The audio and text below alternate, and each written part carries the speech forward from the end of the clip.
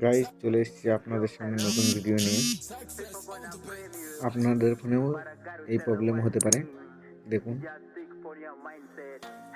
আপনাদের সামনে এরকম ইন্টারফেস দেখাচ্ছে, হয়তো আপনারা ভয় পাবেন না। দেখতেই পাচ্ছেন ক্যালকুলেটর অ্যাপস ডিলিট হচ্ছে না।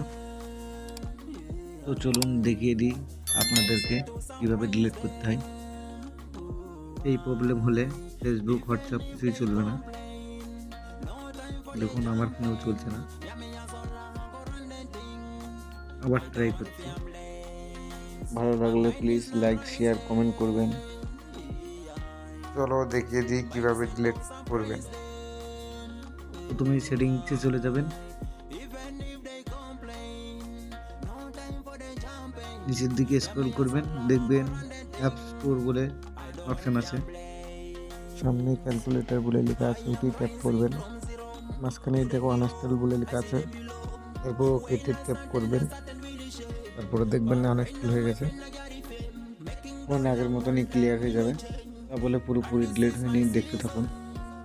দেখিয়ে দিই আপনাদের সামনে হোয়াটসঅ্যাপ, ফেসবুক সব আগের মতন হয়ে গেছে। তা বলে পুরোপুরি এখনো ডিলিট হয়নি। পুরোপুরি ডিলিট করতে গেলে ফাইলগুলোতে চলে যাবেন। কেউ ভিডিও স্কিপ করবেন না, তাহলে দেখতে পারবেন না। সামনেই দেখবেন অ্যাপ স্টোর ফাইল বলে লেখা আছে, ওটি ট্যাপ করবেন।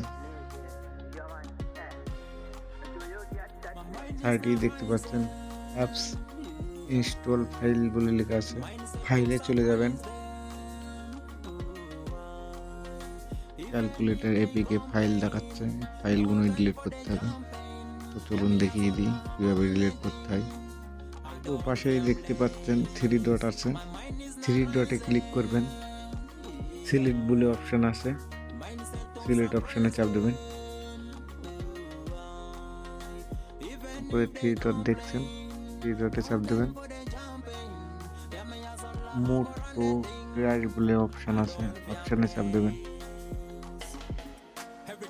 ডিলিট ফাইল, অল ডিলিট হয়ে গেছে।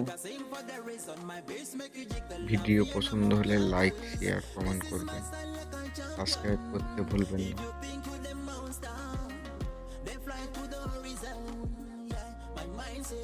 My mindset